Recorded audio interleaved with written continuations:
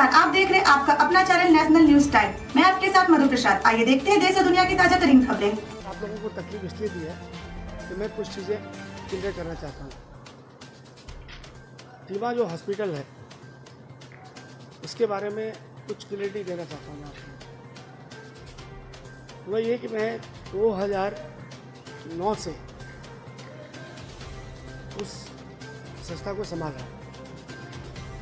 2009 में वहाँ इतना गंदगी था, सब कुछ था, बहुत टेढ़ा था। तो हम लोगों ने टीमा में एक मीटिंग लिया और वो मीटिंग के सहारे से 2013 में मैंने एज ए टीमा के थ्रू एज ए चेयरमैन की कुर्सी वहाँ ली एज ए टीमा हॉस्पिटल संभालने के लिए। और उस वक्त टीमा हॉस्पिटल में 18 लाख रुपए का कर्जा मुझे दिया गया।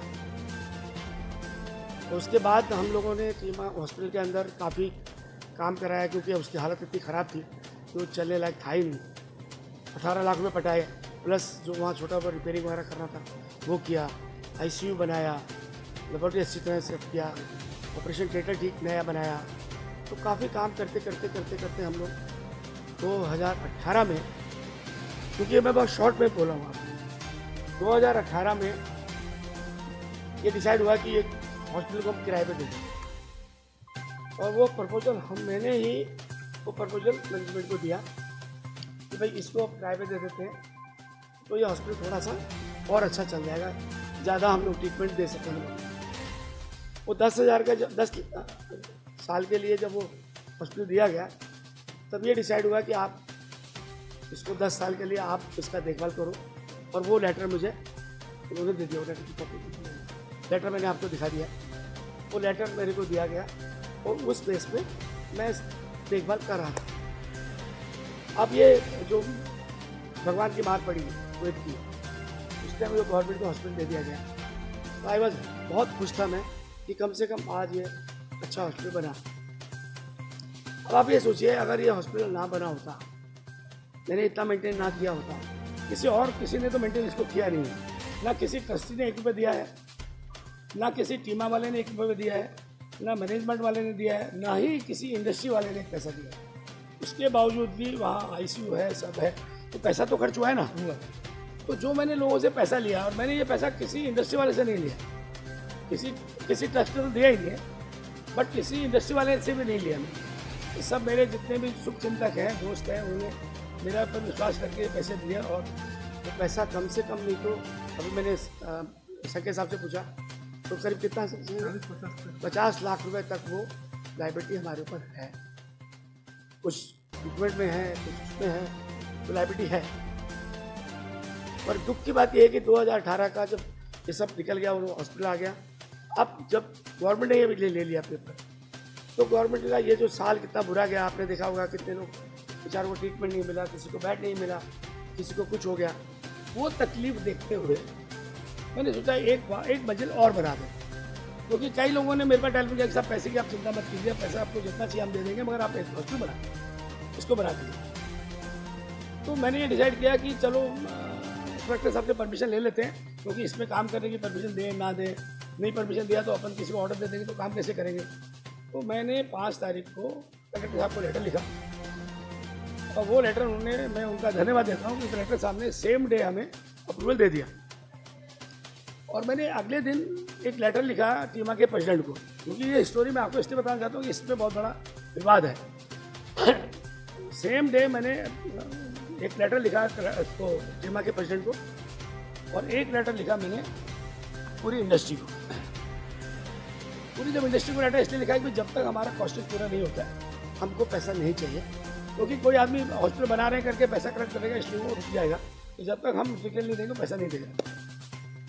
दूसरा, टीमा के प्रेसिडेंट को मैंने बताया, जबकि क्या हो गया कि जब टीमा के प्रेसिडेंट को मैंने बता दिया, उनका काम था अगर उनको कुछ करना था तो मुझे बता देते कि सब आप मत करो, हम लोग करेंगे।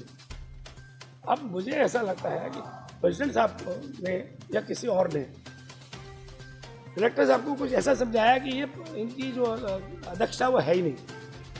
तो मैं आपके माध्यम से एक ही बात बताना चाहता हूँ, देखिए चाचा और मामा ये दोनों अलग खानदान के लोग हैं, पर अंग्रेजी में दोनों को अंकल ही कहा जाता है। इसी तरह हिंदी अगर आप देखेंगे, चेयरमैन को और प्रेसिडेंट को उनको भी अध्यक्ष ही कहा जाता है। तो वो जो चीज़ें हैं वो किसी ने, मेरे को ऐसा लगता है कि उनकी बातों से मुझे ऐसा लगा कि ऐसा नहीं कि मुझे ऐसा लगा कि उनको ये दिमाग में डाला गया कि अध्यक्ष मैं हूँ तो सिंह साहब अध्यक्ष कैसे हो सकते हैं, सिंह साहब अध्यक्ष कैसे हो सकते हैं। पर मुझे दुख इस बात का है कि कलेक्टर साहब ने अगर मुझे 5 मिनट भी दिए होते, क्योंकि आज मैंने लेटर लिखा है और मैं कोई ऑर्डिनरी आदमी नहीं हूँ, तो आप सबको मालूम है मैं एक जनसेवक हूँ। मेरी आज तक रेलवे स्टेशन में जितनी भी मौत होती है उनका कफन मैं देता हूँ। आज जितने बच्चे अनपढ़, जितने लोगों को हमने स्कूल में पढ़ाया, 600 बच्चों की शादी कराई है, 6000 बच्चों की आज तक शादी कराई है। तो हम लोग तो सोशल वर्कर हैं, हम लोगों को ये छोटी मोटी चोरी चारी करने का कोई मतलब तो है नहीं। अरे 72 की आज मेरी उम्र है, 72 साल की उम्र कितने साल जीऊँगा, ज़्यादा और 2 साल जीऊँगा।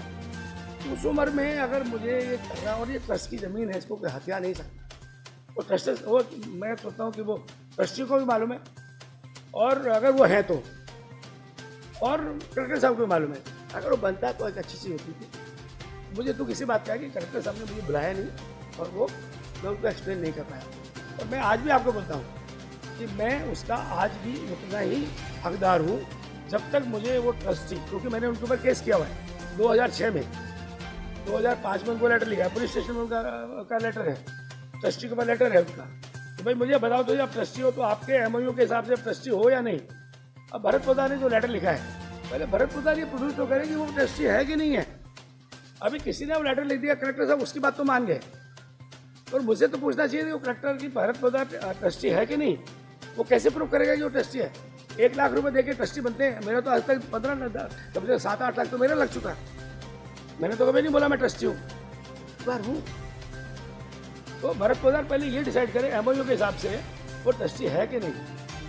और मैं तो कहता हूँ जो उन्होंने कलेक्टर साहब ने एक बहुत अच्छा काम किया है कि वो एसपी को लिखा है कि इसकी इंक्वायरी होनी चाहिए। तो मैं तो रिक्वेस्ट करता हूँ आप लोगों से भी कि आप एसपी साहब को बोलो इसकी इंक्वायरी करें, पता तो लगे। सिंह साहब, आपने बोला 2005-2006 में हमने ट्रस्ट को और पुलिस को लेटर दिया। ये लोगों ने जो भी आपने लेटर लिया है, जो भी आपने नोटिस दिया है, उस नोटिस का ये लोगों ने कुछ जवाब दिया है? कोई जवाब नहीं दिया है अभी तक, कोई जवाब नहीं। कोई जवाब नहीं। पुलिस स्टेशन से कोई आपने खुलासा? स्टेशन ने भी इनको लेटर लिखा है, उनका भी कोई जवाब नहीं। मैं बहुत से खुलासा करना चाहता हूँ, क्योंकि मैं जानता हूँ कि यहाँ क्या क्या लफड़े हो रहे हैं, कैसे कैसे कलेक्शन हो रहे हैं, समझे ना। वो मैं आज नहीं करूँगा। तो आज मैं मुद्दा केवल हॉस्पिटल का उठा रहा हूँ। मैं आपको ये मुद्दा, मैं आपको बताऊँ, इतने मुद्दे उठाने हैं मुझे। अब तक तो मैं इसलिए साइलेंस था, ठीक है यार वो करते हैं, कर रहे हैं। मैं आपको इतने मुद्दे बताऊँगा, पर आज नहीं बताऊँगा कि तारापुर का जो सत्यानाश हो रहा है वो कहाँ हो रहा है, क्यों हो रहा है। आज इंडस्ट्री वाले, एसएसआई इंडस्ट्री वाले कितने परेशान हैं। आज वो जैसे किसानों की हालत है ना, सुसाइड करते हैं, वो हालत होगी आज इंडस्ट्री की। इंडस्ट्री वाले सुसाइड करेंगे। जी, अभी आपने चीज़ बोला कि दूसरा माला उठाने के लिए इनको क्या आपत्ति हो सकती है? अगर वो हॉस्पिटल बन जाता है, गरीबों के लिए बन जाता है, तो यहाँ के बोईसर वासियों के लिए, सारे लोगों के लिए वो फायदेमंद होगा, और सबकी ज़रूरत भी उसकी है। तो वो बनाने में उनको क्या दिक्कत हो सकती है, क्यों ऐसा? मतलब ये तो वो जवाब दे सकते हैं। मैं कहता हूँ वो, अगर मैं एक आपके माध्यम से एक बात कहना चाहता हूँ। मान लिया मैंने वो गलत इन्फॉर्मेशन दी, चलो आप कहते हो कि भाई आपकी पावर नहीं, तो आपकी पावर भी नहीं है, पहली बात। और हम जब किसी की नहीं है, तो एक अच्छी चीज़ बन रही है ना। आज वो टीमा चल रहा है ना, उसके अंदर आईसीयू है ना।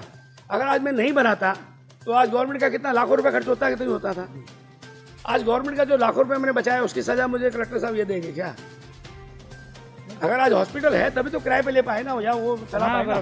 बना है तो ही ले पाए, नहीं बना नहीं होता तो क्या। और किसी ट्रस्टी ने नहीं बनाया, किसी ट्रस्टी ने उसमें 1 रुपया डाला नहीं है, किसी टीमा के प्रेसिडेंट ने 1 पैसा डाला नहीं है, टीमा के किसी मेंबर ने 1 पैसा डाला नहीं है, इंडस्ट्री के किसी आदमी ने 1 पैसा डाला नहीं है। तो मैंने क्या बुरा कर दिया? अपना सबसे पैसा लेके बच्चों के लिए, गरीब आदमी के लिए काम किया, तो मैंने अत्याचार किया क्या? नहीं, आपने अच्छा किया। लोगों के लिए, लोगों के हित में, बोईसर के वासियों के लिए, उनके हित में काम हुआ, तो ये तो सराहनीय काम है और होना भी चाहिए। लोगों को आपने आगे बढ़ करके जो है, और आपका ऐसा कहना है कि टीमा के लोगों ने 1 रुपया दिया भी नहीं उसमें, आपने यार दोस्त से, अपने मित्र से या जान पहचान से लेकर के आपने इतना बड़ा कदम उठाए, और इतना पैसा खर्च करके उस 0 पॉइंट से उठा करके आपने वहाँ तक उस हॉस्पिटल को पहुँचाए। मेरे समझ में कि नहीं आ रहा है कि ये इनको आपत्ति क्या हो सकती है उसमें। अगर हॉस्पिटल बड़ी, पैसा कलेक्शन होता तो जेब भर जाती, तो पैसा कलेक्शन मेरे होते हुए हो नहीं सकता। क्योंकि आज बाकी जगह क्या कलेक्शन हो रहा है, कितना जा रहा है, कहाँ जा रहा है, वो मैं आज बताऊंगा नहीं, बट डेफिनेटली मैं ये केस उठाऊंगा। वो राइटिंग में पहले दे दूंगा, फिर मैं आप लोगों को जैसे आज प्रेस कॉन्फ्रेंस बुलाया तो दोबारा प्रेस कॉन्फ्रेंस बुला के सारी सच्चाइयाँ सामने रखूंगा और कलेक्टर साहब को बोलूँगा कि आप इसकी इंक्वायरी कीजिए, ये पैसा कहाँ गया और किधर गया। 2006 में ये आपको चेयरमैन वहाँ का बनाया, लेकिन आप 2013 में आपको चेयरमैन बनाया। हाँ। उसके बाद आपने ऐसा कुछ जाना नहीं किया, गैस में ताला में दरवाजा वहाँ जाके इंक्वायरी किया नहीं क्या ना है, क्या कर रहे हैं, क्या हमने लेटर दिया उनको, आज लेटर जैसे आज हमने सब ट्रस्टी का नाम का सबको मैं मिला, सबने एक ही बात करा, सिंह साहब चला रहे हो ना तो चलाइए। इवन भरत पदार को भी मैंने 10 बार मिला हूँ, 10 बार उनको बोला साहब ऐसा चल रहा है, ऐसा चल रहा है, ऐसा चल रहा है। और भी 3 दिन पहले मैंने भरत पदार से बात की तो बोले मुझे कुछ लेना देना नहीं है, मुझे तो लेटर लिखवाया गया है। तो मैंने लेटर लिखा तो तुम मेरे नाम पे कैसे, मेरे बगैर पूछे लेटर। दूसरी बात है कि अगर देखिए आज आप किसी कंपनी में हैं और उस आदमी ने कोई गलती कर दी तो पहले उस आदमी को बुलाएंगे ना, तो भाई आपने गलती की है, क्यों की है, कैसे किया है। तो मुझे ट्रस्ट, अगर वो सब मैं मान लूँ कि वो ट्रस्टी है पदार, तो उसको पहले मुझसे पूछना चाहिए ना कि भाई आपने ये लेटर क्यों लिखा, और वो लेटर में अगर गलत बताया उसको सेटिस्फेक्शन नहीं होता तो मेरे को उस टाइम बोल देता आज के बाद आप वहाँ नहीं जाएंगे, ये आपका जो पैसा है किराया वो बता दो, क्लियर अब खत्म।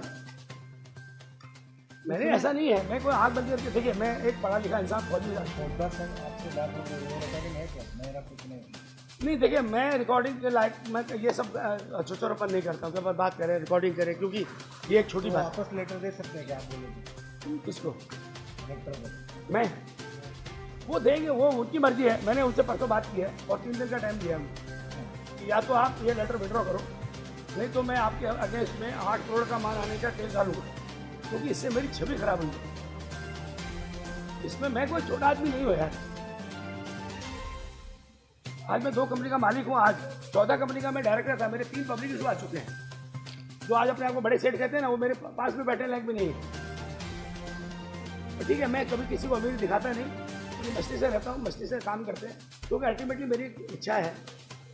अभी आप देखिए गरीब लोगों की, क्योंकि आज आप हो, आज ये देखो कितने करोड़पति आदमी मर गए, क्या साथ लेके गए, अच्छे अच्छे नेता लोग मर गए, क्या साथ लेके गए।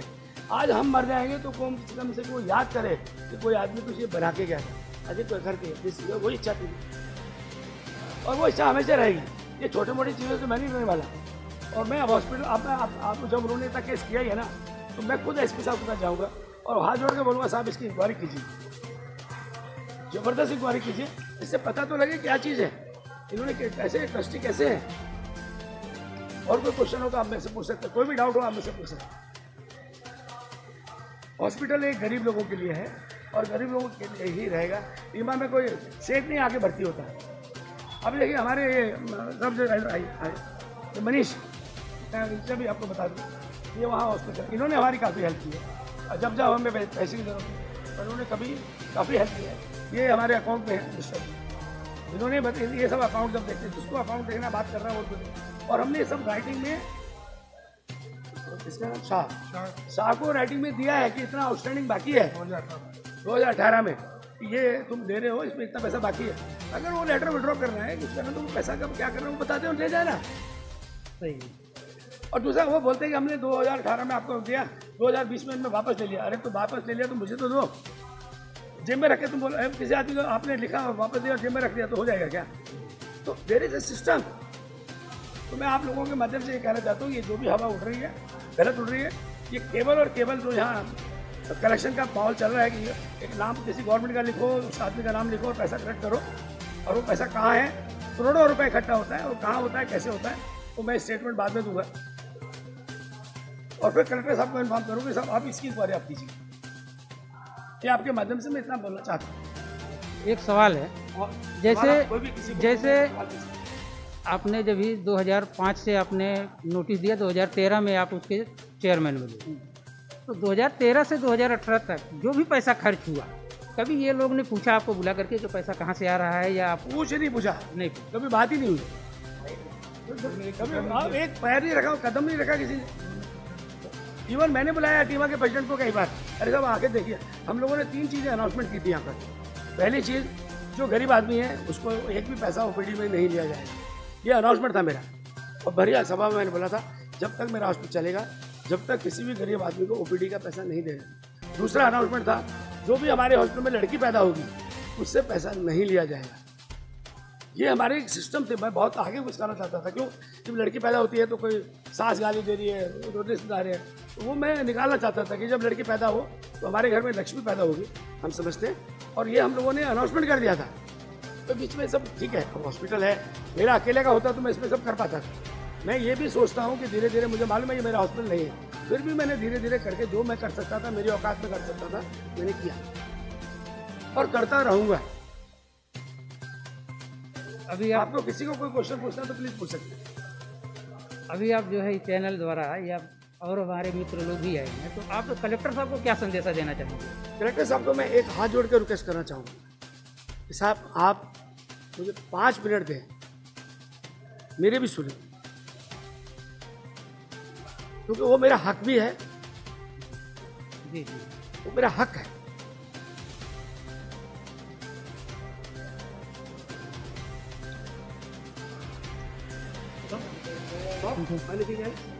Thank you very much. चलिए ठीक है। ये तो थी अब तक की कुछ खास खबरें। ऐसी ही ताजा खबरों को सबसे पहले देखने के लिए हमारे चैनल को सब्सक्राइब करें।